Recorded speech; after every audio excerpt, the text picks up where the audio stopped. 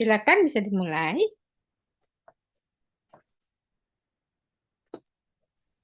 Oke, em, apakah suara saya terdengar, Mem? Sudah terdengar, jelas kok. Silakan. Oke, Assalamualaikum warahmatullahi wabarakatuh, and good morning, Mem Atika and our fellow classmates. Um, this is Group 1's presentation of narrative structure, narratology, and cinematography of short movie Prognosis and Bad Hit. Next slide, please. Group 1 consists of 6 members. There's me, Andini Ramadhaniasari, Denny Samutiara, Deis Mistrina, Nabila Nafa, Cantika Anggun, and Zenith Widya. Ya. Moving on to the core of our presentation, here is the synopsis of our chosen movie, which is Prognosis. The short film Prognosis by Ryan Adriandi is a 10-minute silent animated story about grief, healing, and unexpected connection. It follows a small family in mourning after the loss of a loved one, the mother and wife figure. One day, a mysterious space object crash lands in a nearby river where the child was playing. He discovers it and brings it home, wanting to show his father about his discovery. This event unknowingly setting off a transformation in the child's strained relationship with his father, who became emotionally distant due to grieving.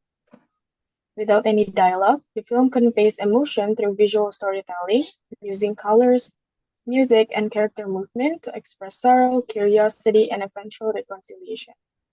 The alien object here acts as a symbol, helping the father and son reconnect and move forward without the mother. Next slide.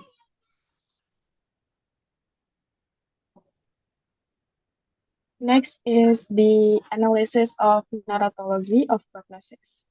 The short movie Prognosis is classified as hybrid and can be read as realist and formalist narrative structure.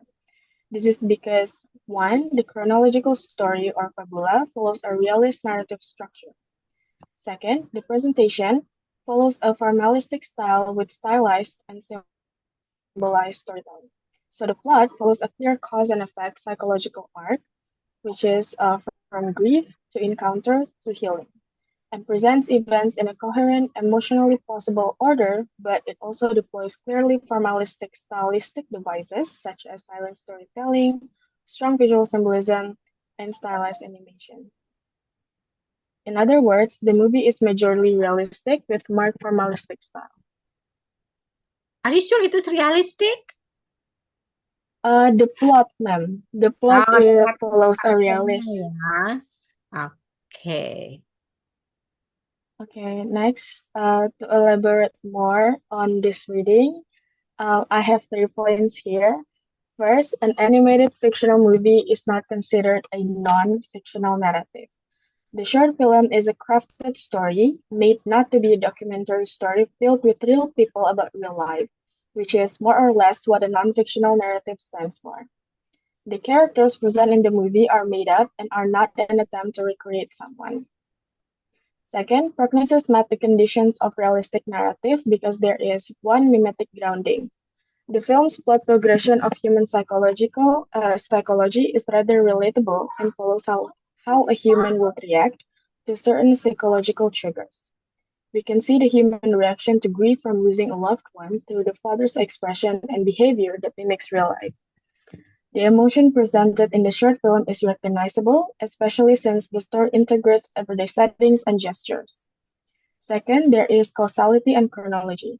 The plot proceeds in a linear cause and effect manner with minimum interruptions. The alien arrival produces actions that logically affect the relationship between the father and the son. This correlates with how realist narration typically puts more importance on temporal continuity and narrative consequences. And Prognosis avoids fragmentation or unreliable recounting. And there is also lack of dialogue, so there is no overt authorial explanation that will possibly interrupt viewers' interpretation. Characters communicate through action and image composition rather than dialogue. Lastly, Prognosis also met the conditions of formalistic narrative. First, there is the film design. The silence, lack of dialogue, and animation style are all design choices to invite viewers to notice craft.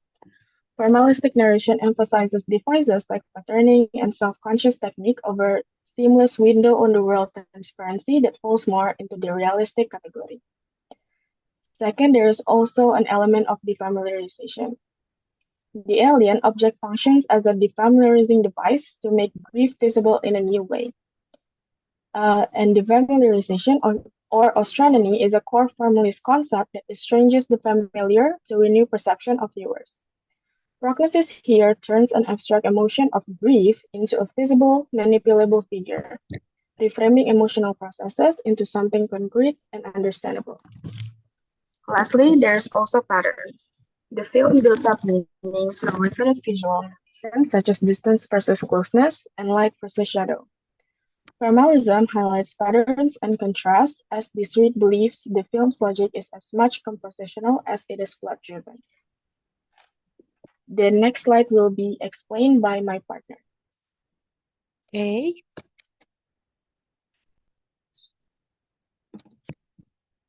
So for the characters of Prognosis, the first two characters are the son and the father.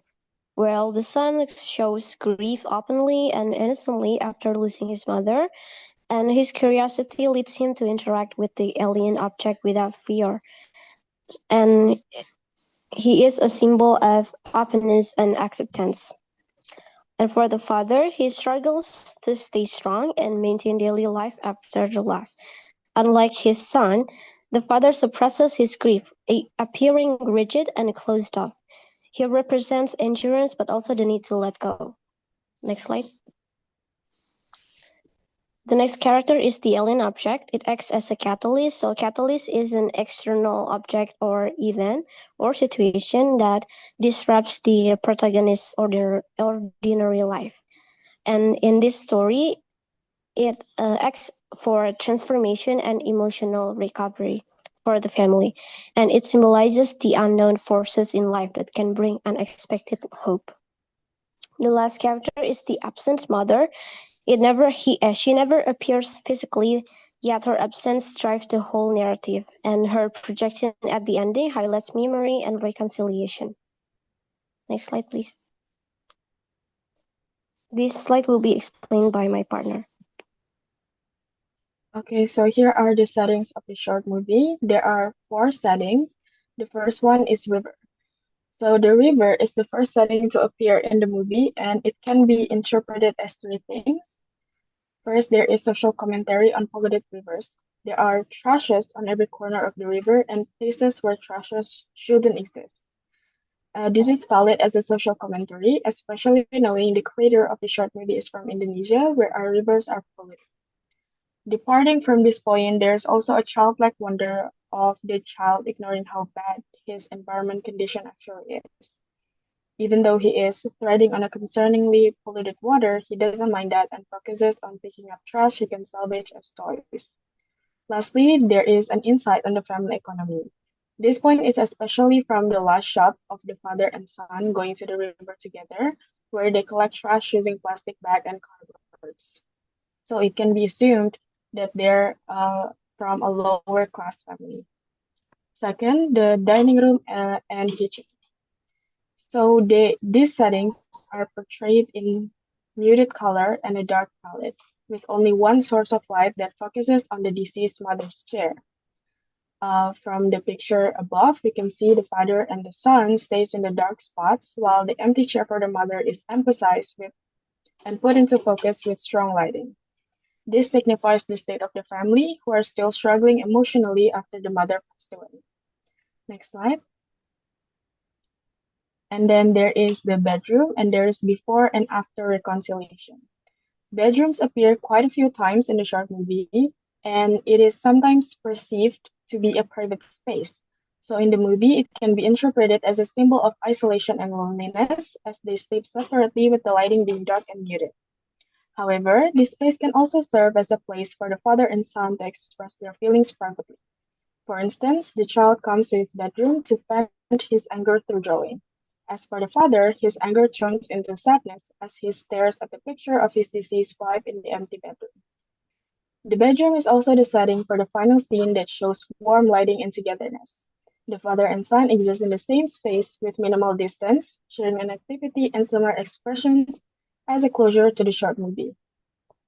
Last setting is the projection room, and I actually struggled to name the setting for this scene, so I just called it projection room because it is originally the son's bedroom, transformed into an isolated space of memories by the robot's projection. The strong blue tone symbolizes their confrontation of their feelings of sadness, which oftentimes being represented as the color of blue. Next slide will be explained by my partner. Okay, thank you, Adini. So we talk about the theme. So the theme of this film portrays a family's journey from grief to healing, where the silence reflects the numbness of loss and the arrival of mysterious object becomes a catalyst for recovery, showing how the unknown can bring unexpected hope and transformation. Sorry. So the plot start with the exposition where a young boy discovers a robot alien in the river and decides to take it home. And the raising action shows the robot to his father, but the father reacts indifferently, not taking it seriously. And the climax occurs at night when the robot begins to scan the boy's emotion as he sleeps, and the father notices that the robot flying and shocked by what he sees and attempts to destroy it. The following action unfolds when the boy stops his father, and together they are drawn into a projection room, as Andini said before, where they can meet the memory of boy's father. And the resolution reveals how these encounters allows both father and son to reconcile with their grief and find emotional healing. Next slide, please. So this is the point of view of this film. It's the third person limited, child-centered. The narrative is mostly aligned with the boy's experience. We don't hear his thoughts directly, so it's not first person, but the audience sees and feels the story filtered through his subjectivity and his discovery of the robot. So his imaginative drawings and his longing for his late mother. This limited perspective shaped our emotional connection to him. Next. Okay, so this is the prognosis cinematography that we elaborate in narratology. The first one is a long shot. So the long shot presents the child looking toward the fractured ground, which is a visual signifier.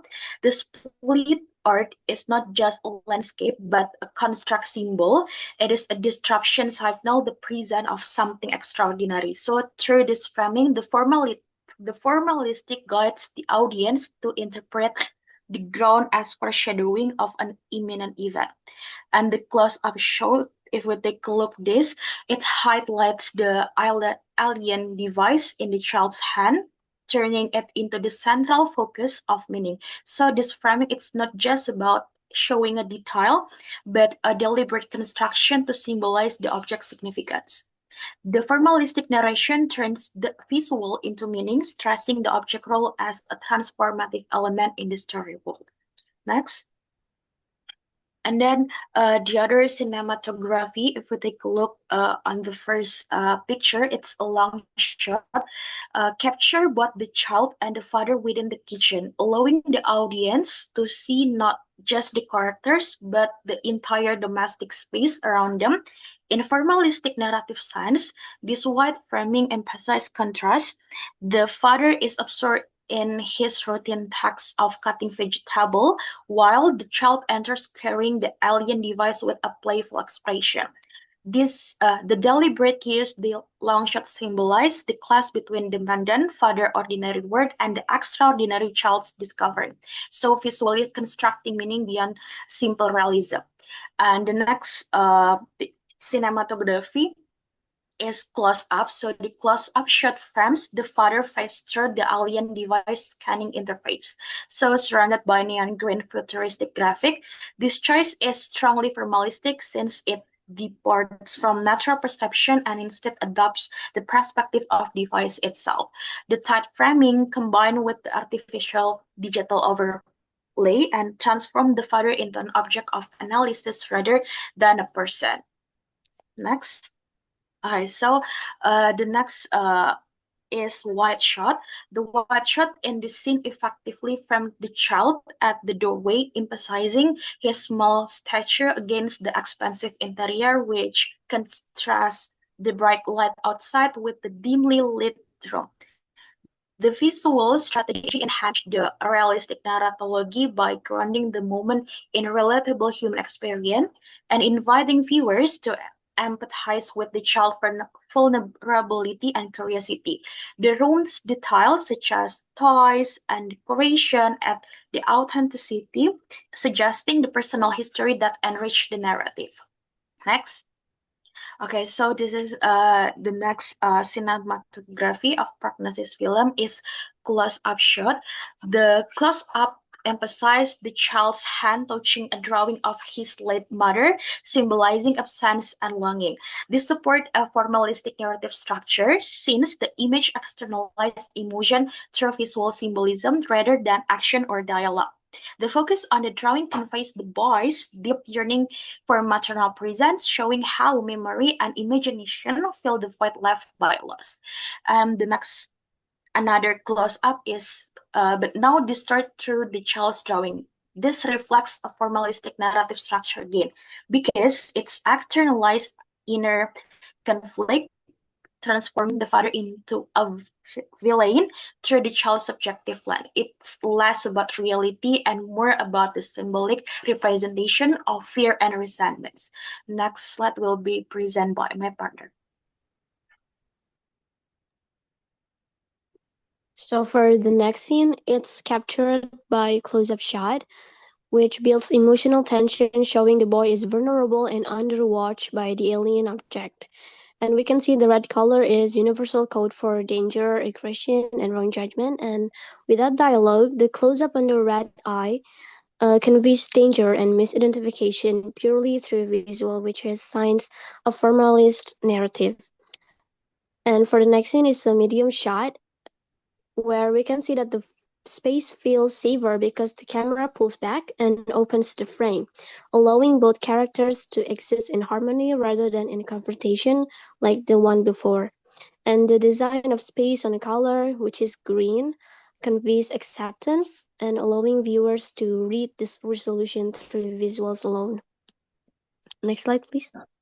And this one is medium shot, where it shows both father and son's full body language clearly and highlights physical and emotional conflict in one frame. In the narrative structure, this scene functions as the climax where conflict peaks. And in the related to the narratology context, it emphasizes the stance of father's authority in destroying the object versus son's emotional bond to the object, which is formalist narrative or in the point of pattern. And the next scene is captured by over-the-shoulder shot, which focuses attention on the father and the object, while puts the audience directly in the child's viewpoint. In the narrative context, this angle visualizes the child's internal conflict and dramatizes the tension between fear and trust toward the alien object. So the son is confused whether the alien object would harm his father or not. And the use of perspective shot instead of neutral framing emphasizes subjective experience over objective truth, which represent film design or formalist narrative. And this one is captured by wide shot, where we can see that the mother placed higher signifies hope, and the son and the father gazing upward, signaling his longing, their longing for the mother.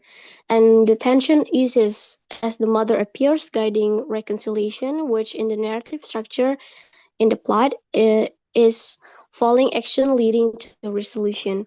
And in the narratology context, the mother appears as a light hologram, not a realistic figure, shown in a form both strange yet familiar, which is represent defamiliarization.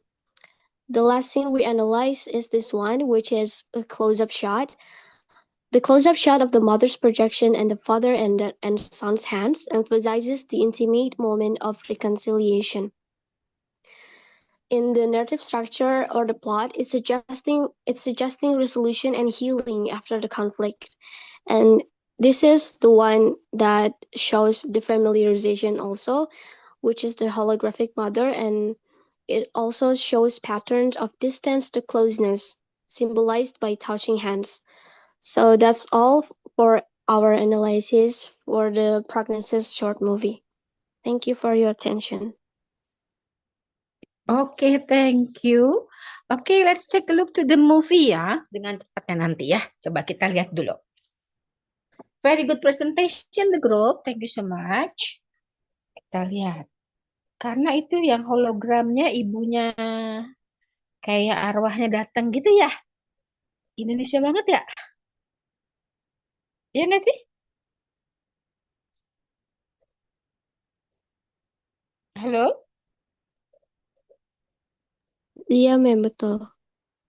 Nah, itu jadi ada, itu yang namanya arketip gitu ya, bahwa the spirit can come when you're longing for him or her, but not directly figure out the way she's supposed to be like human, but only in a hologram.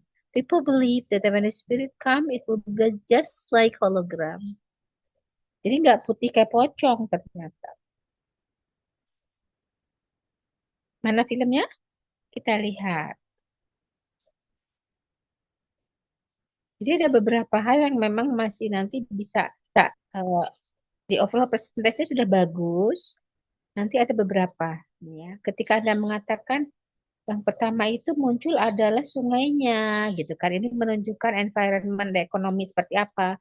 Nah, itu kan bisa dieksplor lebih lebih dalam gitu. Misalnya nih lihat.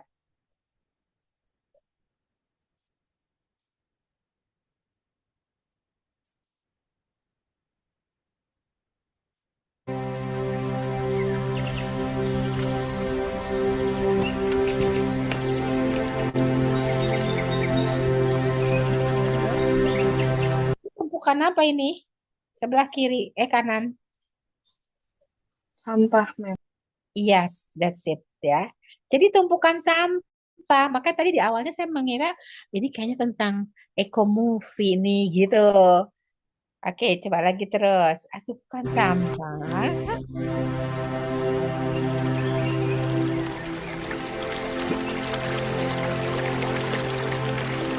Sungai. Ada benda. Yes. Take a look at that. Oke. Tadi secara naratif strukturnya sudah oke banget nih menjelaskannya.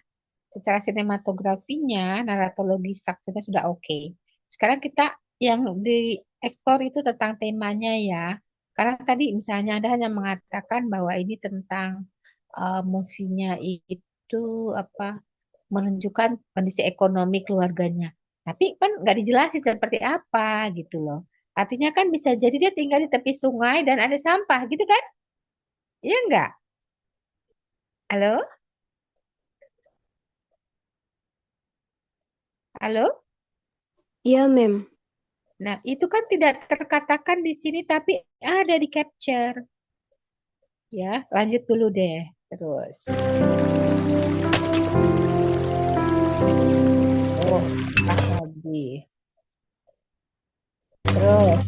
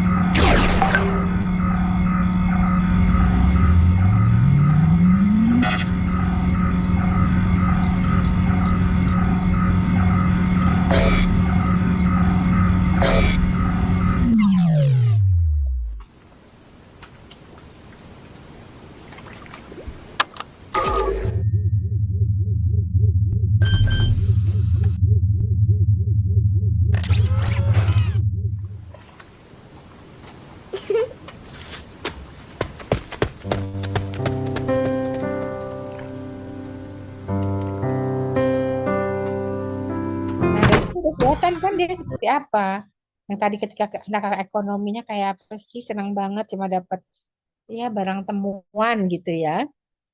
Rumahnya sangat sederhana, soliter, terus lagi.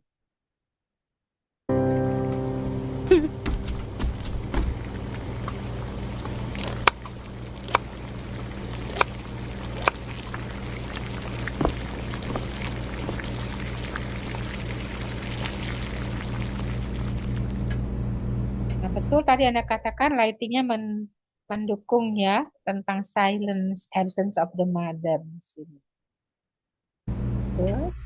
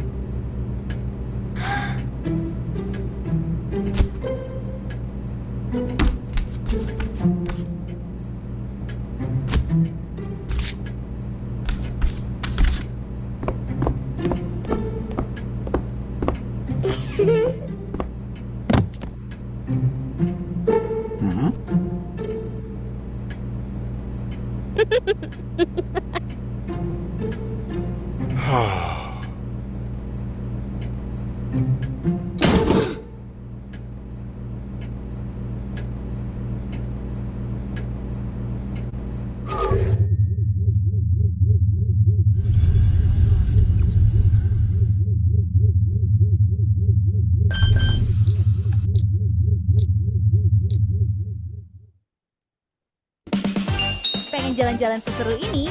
Traveloka aja. Aplikasi travel nomor 1 di Indonesia untuk jelajahi dunia. Download Traveloka app sekarang. Traveloka.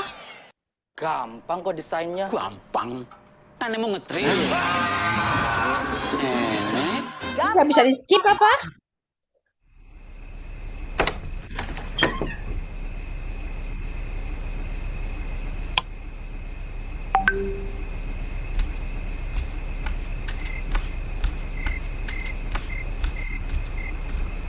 Oke, tolong lihat ini yang tadi agak miss mungkin ya bagian ini nih. Jadi semua robot-robotan mainan ini bisa jadi dia dapatkan dari tempat sampah atau dari sungainya kan? Ya enggak? Halo? Yes, ma'am. Nah, ini yang emphasize tadi. Jadi dia kondisi ekonomi seperti apa? Rumah pinggir sungai, ada tempat sampah yang numpuk, dan tadi rumahnya agak-agak panggung itu ya. Nah, oke. Jadi sebetulnya betul bahwa ini anak ini kan judulnya prognosis nih, berusaha mencari healingnya dia sendiri. Jadi prognosis itu kan artinya kalau orang lagi sakit itu disembuhkan gitu ya. Ini melalui robot-robotan yang mulung ini. Oke, nah lanjut deh. Makanya di close up terus nih robot-robotnya. Tuh. Rongsok kan dia sebenarnya. Nah, part ini tadi yang tidak dielaborasi oleh kelompok ini ya. Jadi nih, jadi the absence of the mother-nya ini betul yang tadi kamu bilang ada ini ya. Apa tangannya itu di close up betul, tapi tangannya menunjuknya kepada hanya mother-nya. Ini menunjukkan longingness dia, ya. Very good. Terus go on.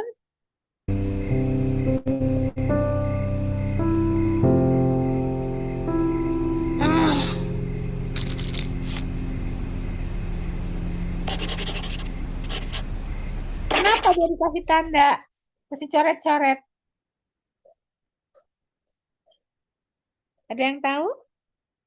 Tanda apa itu tanduk Hmm, itu? karena dia ngerasa ayahnya jahat, udah ngabain dia, ma'am. Iya, itu artinya dia tidak mainkan ayahnya itu. Dia cuma tadi mothernya aja. Yang tangannya tadi loh.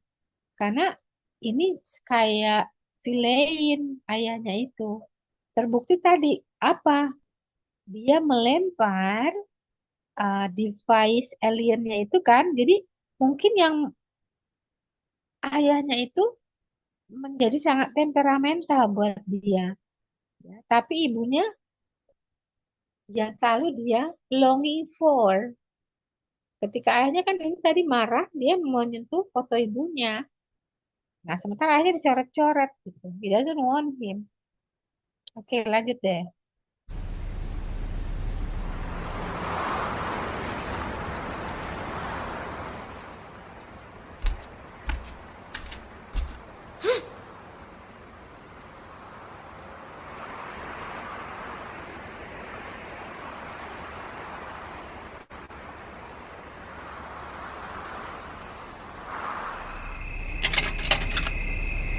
Apa kira-kira yang dipegang ayahnya? Foto ibunya, Mem. Yes, betul. Maka dia kaget loh, kok ternyata ayahnya juga sama gitu loh perasaannya sama dia. Oke, feeling lost very much.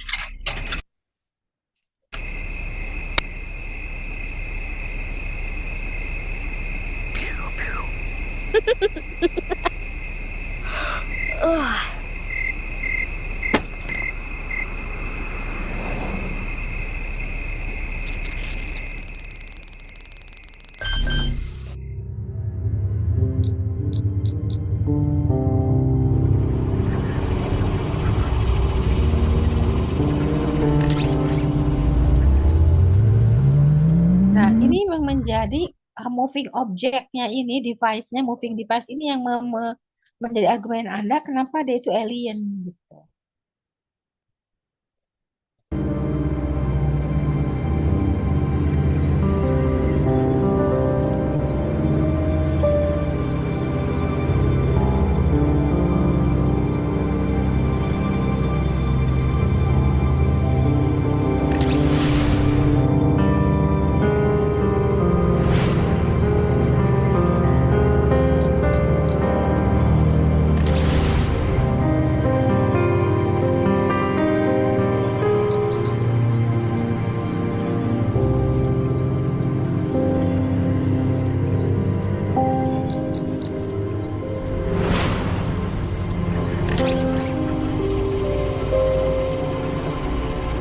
Itu scarf-nya berkali-kali loh di center itu pasti ada maknanya.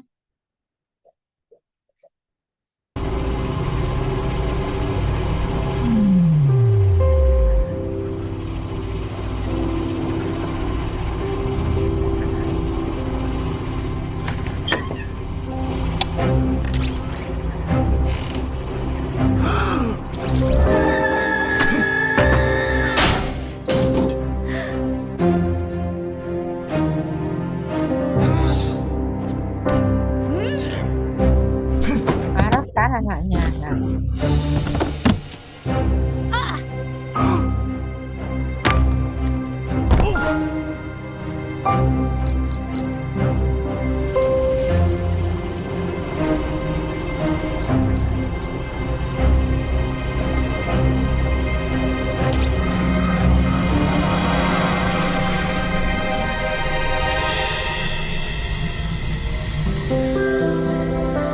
nah di sini mulai ya. Dia masuk ke space yang lain.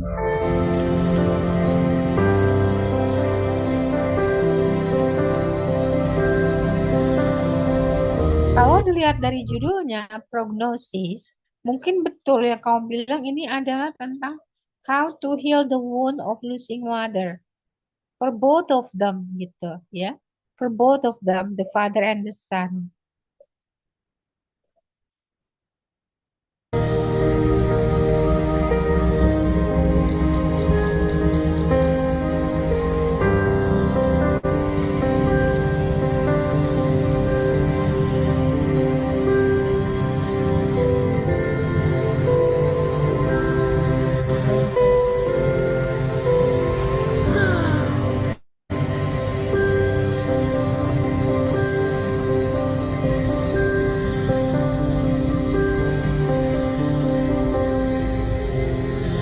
Bayangkan ayahnya di mata anaknya tuh kayak robot gitu.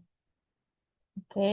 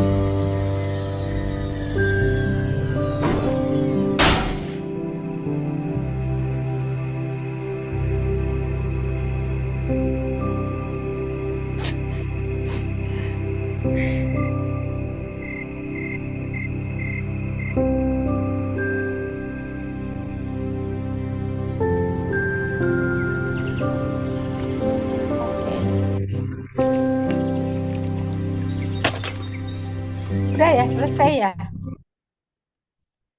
Sebentar sampai akhir.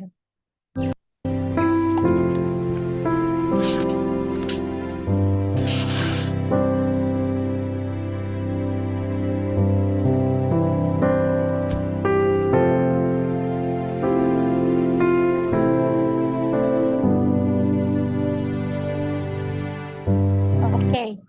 Jadi kalau Anda melihat di sini, yang tadi mungkin agak miss sedikit itu kalau Anda melihat itu projection room ya. Sebetulnya itu room, space, atau itu sebetulnya mewakili pikirannya sih yang tadi. Makanya ketika mereka sama-sama memegang itu mothernya, baru menyadari oh ternyata perasaan mereka itu sama. Gitu. Jadi dalam hal ini si apa namanya device alien itu menjembatani antara father and son ini. Oke, nah itu nanti yang mungkin grup ini harus bisa melihat bahwa ini ada naratif yang namanya second layer yang tidak terkatakan tadi, gitu ya. Second layernya apa? Karena antara pikiran dari POV-nya tadi kan dari anaknya ya. Pas POV coba deh. Tadi kan kalian anaknya ya mengatakannya. Ya Iya, enggak? Ma'am, dari Padahal anaknya. ada POV yang dari si device-nya. Ya enggak? Dia kan kayak punya memori tuh. Si device itu kayak hidup kan. Makanya dikatakan oleh kalian itu alien gitu. Jadi dia ingin menyatukan sebetulnya. Makanya dia mengcapture yang, oh ini begini, kelihatan ternyata ibunya. Yang dilihatin ayahnya itu, foto ibunya. Anaknya juga longing ibunya. Gitu. Nah itu yang POV yang dari um, point of view dari si alien device-nya itu yang belum tadi ya. Oke, thank you for the group. Very good untuk yang the first movie. Kita lanjut ke yang kedua ya, movie-nya ya. Oke, silakan.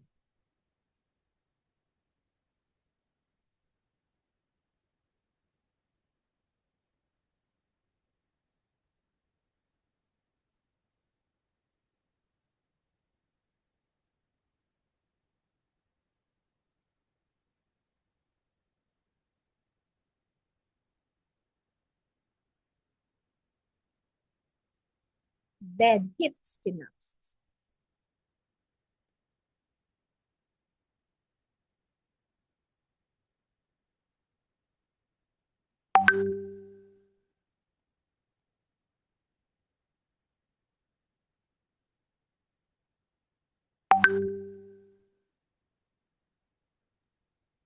Okay, next, Bad Hit synopsis. Bad Hit, Oke, kemudian.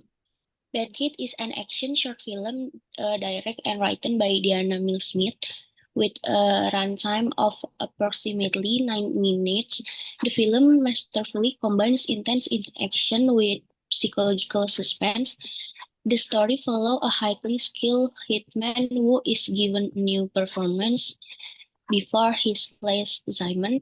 When this drug causes an unexpected side effect, the hitman must fight his way out of a dark maze filled with a deadly crimes syndicate. Next slide, please. Okay, next, Bad Hits narratology. Formalistic narrative. The short film Bad Hits fall into the formalistic type, which in film theory and narratology emphasize form, structure, and visual style over story content, or the illusion of reality verisimilitude. Formalistic film tend to manipulate the cinematic mediums, such as the use of dramatic lighting, fast and non-linear editing, or expressive special effects to draw attention to the style itself or to express intense emotional subjectivity, rather than attempting to mimic everyday life. Next. Okay, so for the first narrative structure of Bad Hits, there is a theme. A central theme of the film is the danger of altering human limits through artificial means, which reveals how the pursuit of quick personal gain can ultimately lead to unintended and destructive consequences. And next for the plot, This film is open with a professional hitman got a new mission. He is given a drug to enhance his performance. And then, as his mission unfolds, the drug causes side effects. The hitman battles the syndicate while struggling with the drug's effects. And then, for the climax, the hitman meets his target, who takes the drug, collapses briefly, then awakens stronger, forcing the hitman to struggle against a far more powerful opponent. And for the falling action, after nearly dying in the one-on-one fight, the hitman seizes a nearby knife and uses it to defeat his enemy. And for the resolution, the hitman carries his unconscious target out of the maze, vomiting from the drug stall but completing his mission. And the next slide will be explained by my partner.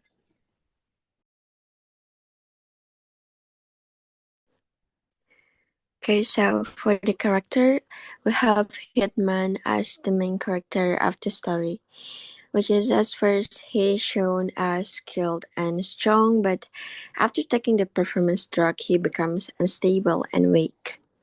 Next, the crime syndicate members. They appear as groups of dangerous men who fill the maze, and the film shows them as a collective enemy that blocks the hitman's escape. And next, the big guy. Among the syndicate, there is one man who darkly confronts the hitman, and he represents the biggest threat in the story. Next, the target. He is introduced as someone important within the crime syndicate, a figure that the hitman is sent to eliminate after taking the enhancer drug. He is the guy in the photo from the very beginning. And next, the woman. She stepped in as an ally and defends the target when he is at his weakest. Next, the settings. The film is set within a maze-like building controlled by a crime syndicate where long corridors and shadow rooms dominate the space. And the film appears to take place in a contemporary modern time frame, judging from the clothing and the weapons they use. And the absence of daylight and the reliance on dim lighting also suggests it happened at night. Since the lighting is low and filled with shadows, these shows make the atmosphere feel unsafe and threatening. My next, bad hit narrative structure point of view. Third person subjective. Action film typically use an objective third person point of view where the camera acts as a neutral observer. Bad hit plot, which involve the use of performance enhancing drugs with strange side effect, requires the film to frequently use a subjective point of view. This perspective puts the audience inside the head of the main character, the hitman, allowing us to experience the hallucination, confusion, or heightened sense caused by drug use. Next slide can be explained by my partner. Okay, next we have Bad Hits cinematography, starting from the close-up shot. The close-ups push the audience into intimacy with the subject, and it's a cinematic way of planting a clue that this man in the photo potentially matters in relation to the assassination or conflict that will follow. And next, the shaky movement. The handheld or shaky camera movement is employed to visually echo the physical and psychological effects of the drug on the hitman. Therefore, the audience doesn't just watch him suffer from these side effects, but experience the instability through the visual language of the camera. A nice medium long shot, framed far enough to show the hitman's full back and part of his surroundings. The cinematographer is using shallow depth of field within that medium long shot to place a character in relation to others in the environment. So we get both the subject and contextual figures. A next bird's eye view. Yeah, in this end, the perspective shows the group of guys gathering and interacting in their own world. Almost like the viewers are observing from a higher vantage point. Next, close up again. The camera zooms in tightly on the hitman's hand tight, which is a close up since it focuses on one body part instead of the whole character. And the camera draws attention to what the character himself will be feeling most intensely at the moment. Next, eye level. The scene frames the hitman's face at eye level when another man looks right into his eyes. But because the hitman's point of view is shaky on the sides while the center remains clear, the cinematography creates a mix of objective and subjective perspective. And next, extreme close-up. This scene communicates subtle vulnerability. The camera uses an extreme close-up to focus tightly on the hitman's ear and the sweat running down. There's also wide or long shot. The camera pulls back into a long shot which shows the hitman standing in the middle of the hallway. The cinematography emphasizes that he's the focal point yet also powerless against the larger forces such as the maze, the syndicate, and of course the drugs. Next will be explained by Mark Part. Okay, so for the first image, this is a long shot. A high-angle wide shot shows the hitman lying on the ground, surrounded by dust, emphasizing his weakness and isolation. And for the second image, it is a medium close-up of foreground plus long shot. A low-angle medium shot frames the antagonist towering over the hitman, reinforcing dominance and power imbalance. And this is the main target of the hitman. It is a close-up, a slightly low angle. The close-up shows the man's fearful expression as he leans against the wall, waiting to be caught. The low angle and dim lighting emphasize his vulnerability and resignation. And for this scene, it is a medium close-up. I think there's ada yang salah di sini, tapi menurut saya ini long shot. It is with the man blurred in the foreground. His frustration is clear as the hitman approaches from behind. The framing highlights his hopelessness against the inevitable confrontation. Also, for this scene, it is an eye level shot. It keeps the woman at eye level, but the swirling distortion in the background indicates his drug, unstable vision. This makes the audience see what he sees and feel his disorientation. And then low angle shot tilted toward the ground. It is focuses on the knife on the floor, suggesting hope in his desperate step. The low angle mirrors his position on the ground, emphasizing his weakness but also his sudden realization of an opportunity. This is the ending of the film. The first image used wide long shot at eye level. The shot shows the hitman carrying his unconscious target through a long, empty corridor. The desolate background with peeling walls and abandoned space emphasizes isolation and gives his victory a hollow, a lonely atmosphere. And for the second image, it is a close-up shot. The close-up highlights the hitman's bruised, exhausted face as he carries the target. The blurred, empty corridor behind him reinforces the toll of his victory, making it feel heavy and hollow. And then formalistic tension through cinematography. In Bad Hit, the cinematography adopts a formalistic approach where visual style is designed to reflect tension and psychological states rather than reality one. Alone, the dark color grading creates a gloomy and threatening atmosphere, intensifying the sense of danger. The shaky camera movement mirrors the hitman's unstable vision, as if influenced by drugs or disorientation, drawing the audience into his distorted perspective. Face camera movements and abrupt transition heighten the urgency of action, making the narrative feel more chaotic and unsettling. This technique shows how cinematography is not neutral but deliberately stylized to construct mood and meaning. I think that's all from Bad Hits analysis movie.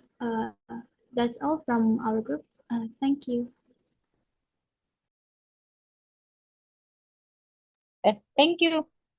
Jadi dua genre yang berbeda ya. Yang pertama adalah lebih kepada apa tadi animated ya, ya enggak?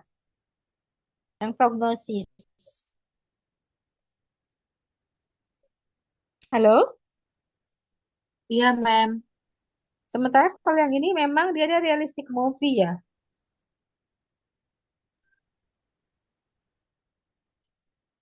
Lebih ke realistik kan di sini. Meskipun action dia bentuknya ya. Jadi dia action movie. Oke, bisa dilihatin nggak ininya movie-nya coba? 9 menit aja dia ya. Baik, sebentar ya, Mem. Ya, kalian nggak pay attention kepada kan tadi ke ekspresi wajah iya, tetapi kepada simbol-simbol kultural yang ada di dalam complexionnya ya.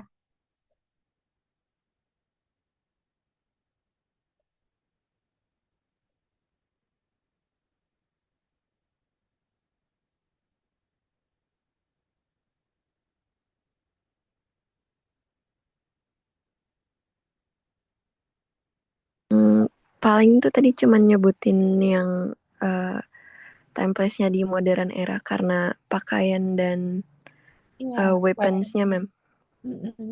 Coba deh.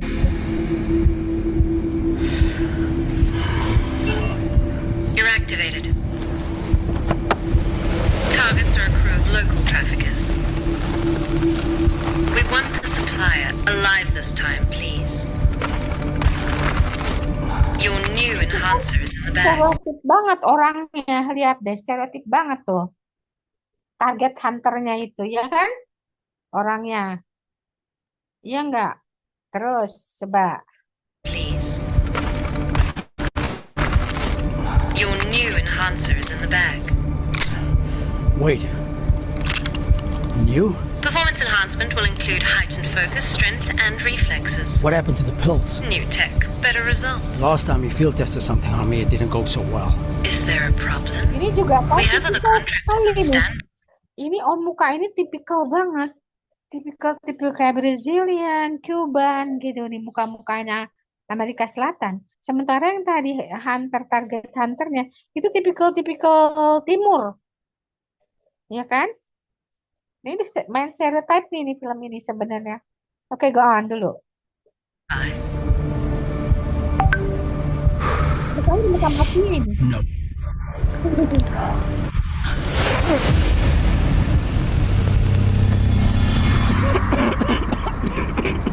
Ah, shit. My ears are ringing. That's supposed to be normal. Enhancements should kick in soon. Results have varied. This is a bad idea.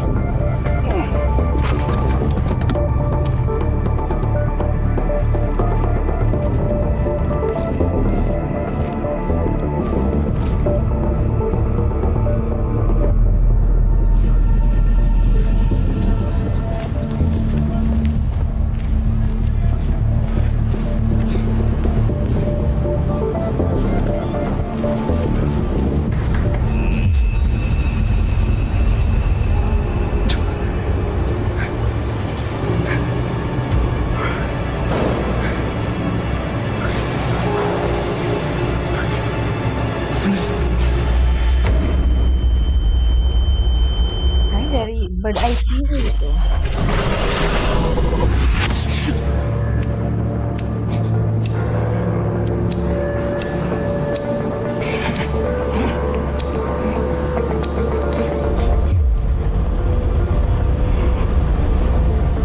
You don't look so good.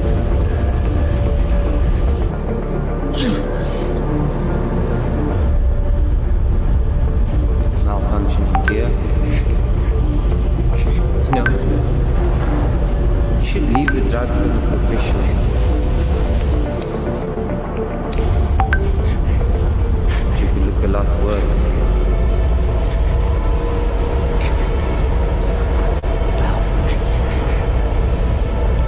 Let's do this thing.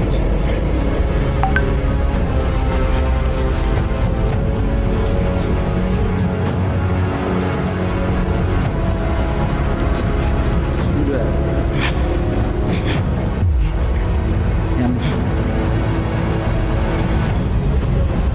Understand? Really? filmnya ya?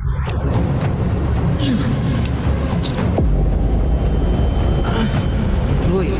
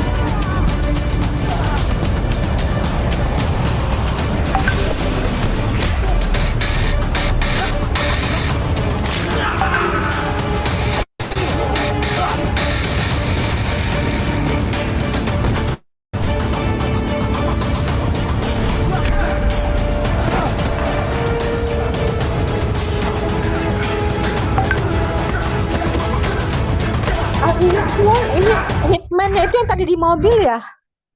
Hitman yang tadi di mobil ya? Yes, ma'am. Lihat deh, ini kayaknya kok kembalikan stereotype ini. Terus dulu deh.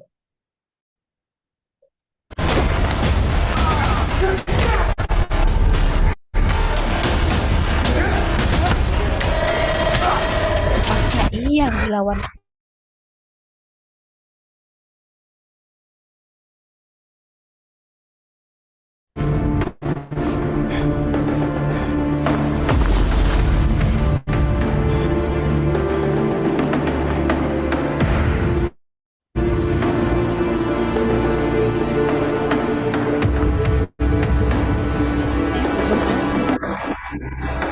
Terus jadi ikutin kamera. Ya ini benar yang tadi Anda bilang ya. Jadi,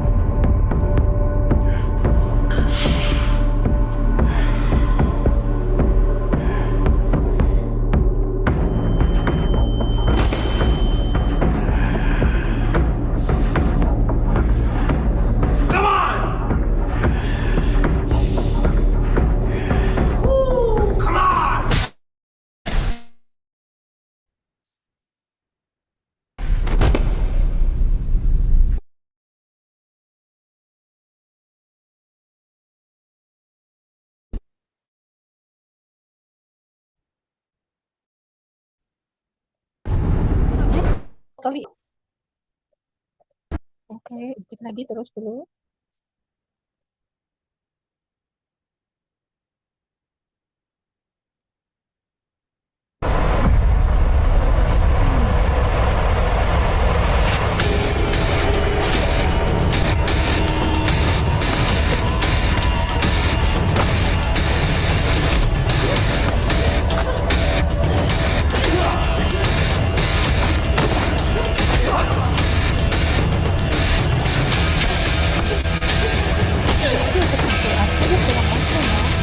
Udah indah gitu loh kayak film-film Cina.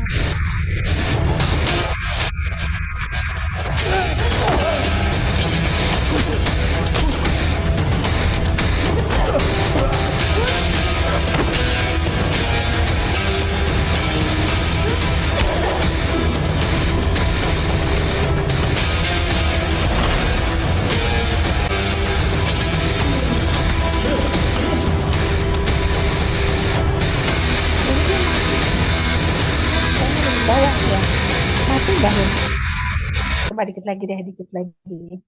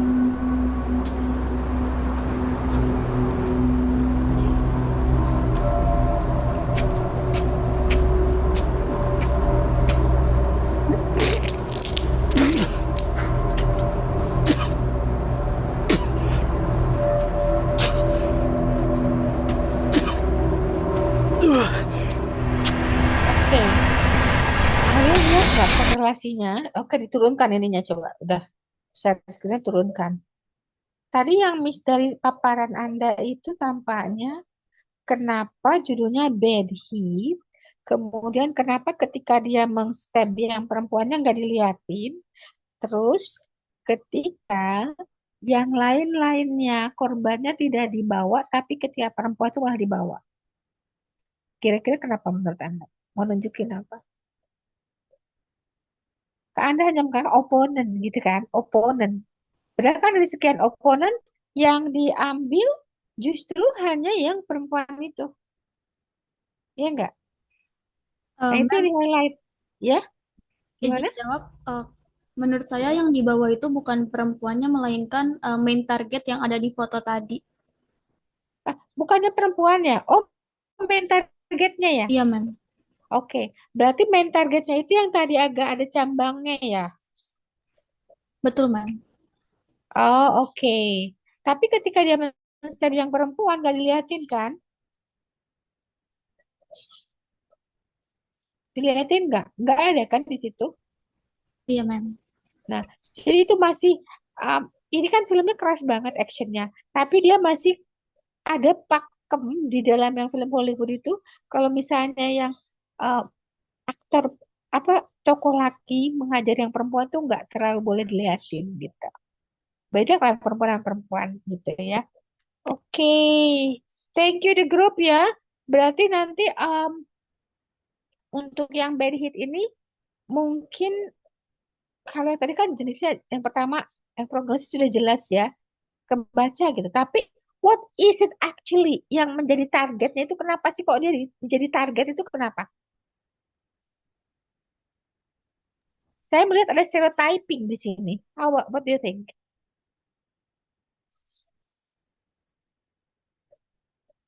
Halo? Masih bingung juga sih, Ma'am, karena di awal si hitman-nya cuma disuruh membunuh si targetnya itu. Iya. Sementara targetnya itu kan kelihatan banget ya ada jambangnya, ada ininya, mukanya tuh muka-muka Asia ya nggak sih? Yang kayak Timur Tengah gitu. Nah Iya, itu Ma'am. stereotypingnya ada. Mm-mm. What is it? Enggak, Ma'am. Iya, maksudnya ada kayak orang Timur Tengahnya gitu ciri-cirinya. Iya. Jadi tuh ada stereotype yang bermain di sini. Sementara yang tadi, yang hitman ya, itu tipikal kayak memang kalau kalian ngomongnya tri kriminal ya, tapi ini mafia ya. Kayak mafia, kalau udah kita ngomong mafia itu semacam kalau nggak Amerika Selatan, yang gitu-gitu dah. Nah itu kan dari wajahnya, ini bermain stereotip sekali di film ini. Oke, nanti tolong di ini ya, tambahkan sedikit di bagian itu. Oke, nah jadi dua film ini yang ada berbeda, nanti you may choose ya, either one, yang untuk nanti di UTS-kan. Paham ya? Ma'am. Halo? Oke. Oke, ada pertanyaan mungkin? Very good, thank you the group for the presentation and the discussion. Atau ada dari teman-teman yang ditanyakan, silakan. Dari yang 6 orang lainnya yang bukan kelompoknya boleh bertanya loh. Atau memberi masukan. Untuk saat ini belum ada, Mem. Oh, oke, oke. Oke, kalau tidak ada, thank you ya untuk hari ini. Nanti next kita next week kelompok 2 ya. Yes, ma'am, betul. Udah ada filmnya? Belum? Sedang kami diskusikan. Oke, oke. Alright. Thank you the group for the presentation.